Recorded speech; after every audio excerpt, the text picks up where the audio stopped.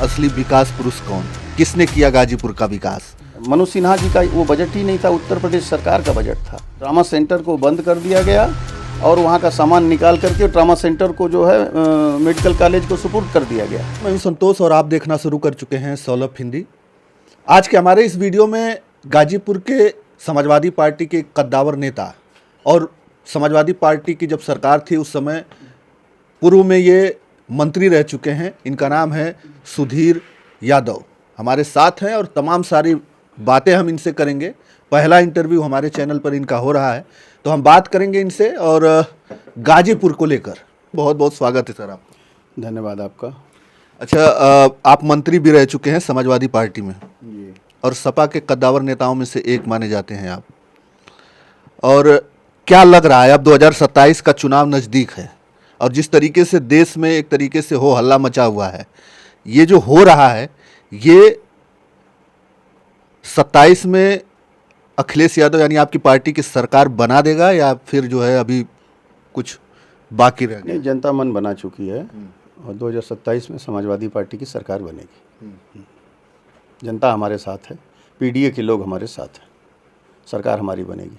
अच्छा, आप उस समय मंत्री थे 2012 में जब सरकार बनी थी समाजवादी पार्टी की, उस समय कौन सा विभाग आपके पास? मेरे पास कृषि विपणन विदेश व्यापार मंडी परिषद था। अच्छा, हाँ। तो उसको लेकर जब आप मंत्री थे तो गाजीपुर में कुछ आपने ऐसा किया जो जनता के लिए? वो जनता के लिए हमारी सरकार ने ही मंडी परिषद में के विभाग के माध्यम से तमाम योजनाओं को पहले से लागू कर रखा था। सिर्फ उसकी हम लोगों को देख रेख करनी थी कि कहाँ हमारी जो योजना लागू की है सरकार ने, हमारे माननीय नेता अखिलेश यादव जी ने, वो कैसे चल रहा है। और आम जन तक हमारे अधिकारी जो थे उस समय के सारे लोग बड़े ईमानदारी से लगे हुए थे और जनता को उसका लाभ मिल रहा था। अभी आप गाजीपुर से हैं और गाजीपुर के बारे में हम बात करें। अभी कुछ दिन पहले चल रहा था कि गाजीपुर का असली विकास पुरुष कौन, किसने किया गाजीपुर का विकास, आपको क्या लग रहा है? गाजीपुर का विकास पुरुष की लड़ाई सही है कि कुछ दिन पहले बहुत चर्चाएं में थी और उन लोगों की जो लड़ाई चल रही थी उसमें मैं नहीं जाऊंगा, लेकिन मैं अपनी सरकार की उपलब्धि मैं आपको बताना चाहता हूँ। गाजीपुर की जर्जर सड़कों, हमें गाजीपुर ही नहीं पूरे उत्तर प्रदेश में बहुजन समाज पार्टी की जो सरकार थी 2007 से 12 तक, उसमें सड़कों का कोई काम नहीं हुआ था, बिजली विभाग में कोई काम नहीं हुआ था, तमाम चीज़ें हमें बिल्कुल जर्जर मिला था।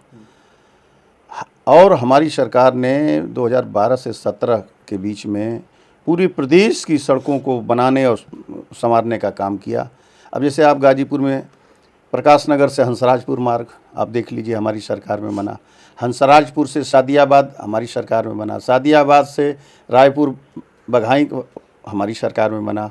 हंसराजपुर से जंगीपुर मार्ग हमारी सरकार में बना। हंसराजपुर से जलालाबाद का मार्ग हमारी सरकार में बना हैं। जमानिया में चले जाइए तो जमानिया से लेकर के 12 तक हमारी सरकार में बना। 12 से ताड़ी घाट की जो सड़क थी जिसमें कि उसको कौन सा रोड बोलते थे, टीबी रोड बोला जाता था, गाड़ियों में एक्सीडेंट होता था, रोज़ लोग मरते, वो हमारी सरकार ने बनाया।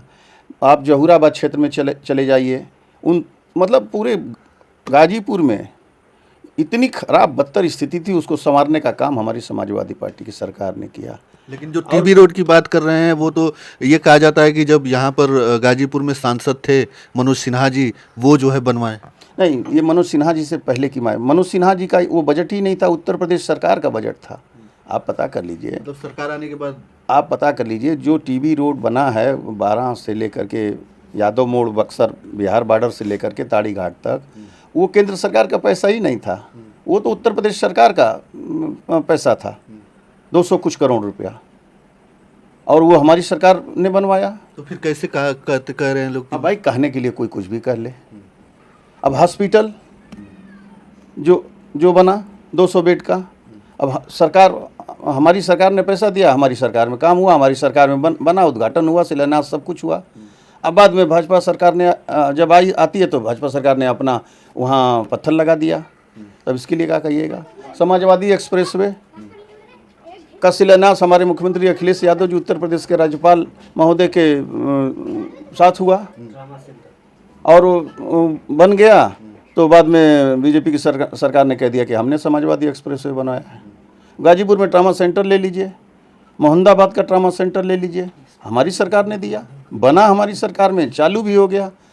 अब भाजपा सरकार में भाजपा के यहाँ के स्थानीय प्रतिनिधि लोगों ने कह दिया कि ये तो हम लोगों ने बनवाया, अपना पत्थर जबरदस्ती। मतलब समाजवादी पार्टी हमारे में जो काम योजनाएं जो चली थी वो जो है अब जो है भाजपा उसी पर कह रही है कि ये जो है हमने बनवा दी। हमारी सरकार के काम को इन लोगों ने जो है 5 साल तक तो यही कहते रह गए कि हमने बनवाया, हमने बनवाया।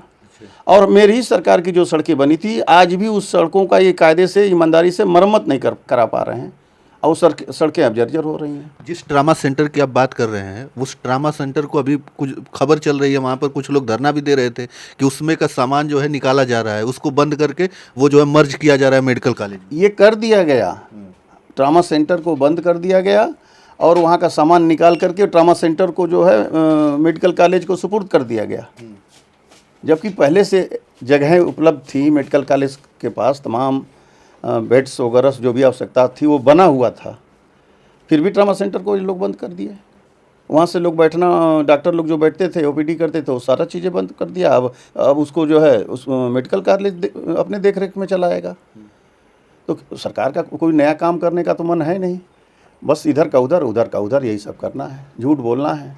अच्छा, ये भी बात हुई कि जो अभी जो रेल कम रोड ब्रिज बना है ताड़ी घाट वाला, उस पर भी बड़ा सियासत हुई। उस पर जो है कहा गया कि जो मनोज सिन्हा जी हैं, विकास पुरुष हैं, उन्होंने जो है करा दिया, तमाम स्टेशनों का सुंदरीकरण करा दिया, बहुत सारे काम किए। उनको, मनोज सिन्हा जी को विकास पुरुष के रूप में जो है लोग मानते हैं। आपको क्या लगता है? देखिए, सिन्हा जी रेल मंत्री थे, उन्होंने पुल बनवा दिया, शिलान्यास करा दिया, तो वो समय से पूरा भी तो होना चाहिए। अभी जो आप ओवर ब्रिज की बात कर रहे हैं, और 2016 में शिलान्यास हुआ, काम शुरू हुआ, क्या वो पूरा हो गया? आज तक नहीं पूरा है। ट्रेनें चलने लगी, दौड़ने लगी, एक ट्रेन चलती है केवल दिलदार नगर से और गाजीपुर तक। गाजीपुर से मऊ नई रेल लाइन का शिलान्यास प्रधानमंत्री से करवाया था, मोदी जी आके किए थे नवंबर 2016 में। उसका सर्वे हो गया, पत्थर गड़ गया, और अब पता लगा है कि वो उस योजना को निरस्त कर दिया गया। हिंदुस्तान के राजनीति में मैंने पहली बार सुना कि प्रधानमंत्री जी का शिलान्यास की हुई योजना को रेल विभाग के अधिकारियों ने मना कर दिया करने से, कि उसकी आवश्यकता नहीं है। तो ये तो पहले ही सोच लेना चाहिए था ना। गाजीपुर से मऊ तक का जो सर्वे कराया गया रेल विभाग के माध्यम से, जो पत्थलगड़ी हुई, उसमें करोड़ों रुपया खर्च हुआ। ये जनता का ही तो पैसा था, बर्बाद करने की क्या ज़रूरत थी जब काम नहीं कराना था। तो ये है इस सरकार की हालत। अच्छा, आप सड़कों की बात कर रहे हैं, सड़कें हाईवे बन गए हैं इस सरकार में, तमाम सारे हाईवे देखे होंगे, और वो हाईवों की बात की जाती है, लेकिन जो गांव की सड़कें हैं आज भी बदहाली का शिकार हैं, और तमाम जो है कीचड़ अभी भी लगा हुआ है। तमाम सारी वीडियो, अभी कल ही हमने एक वीडियो बनाया था जिसमें बच्चे डेली जाते हैं तो गिर जाते हैं, कीचड़ में फंस जाते हैं। अभी भी हर जगह पे ऐसा सिचुएशन है गाँव में। अब गांव की हालत, आप जब प्रश्न उठा दिया तो कहना ही पड़ेगा। अभी इसी भाजपा की सरकार ने जलकल की व्यवस्था, जल नल का ये इन्होंने एक प्रोग्राम चलाया कि हर गांव में हम जो है पानी देंगे।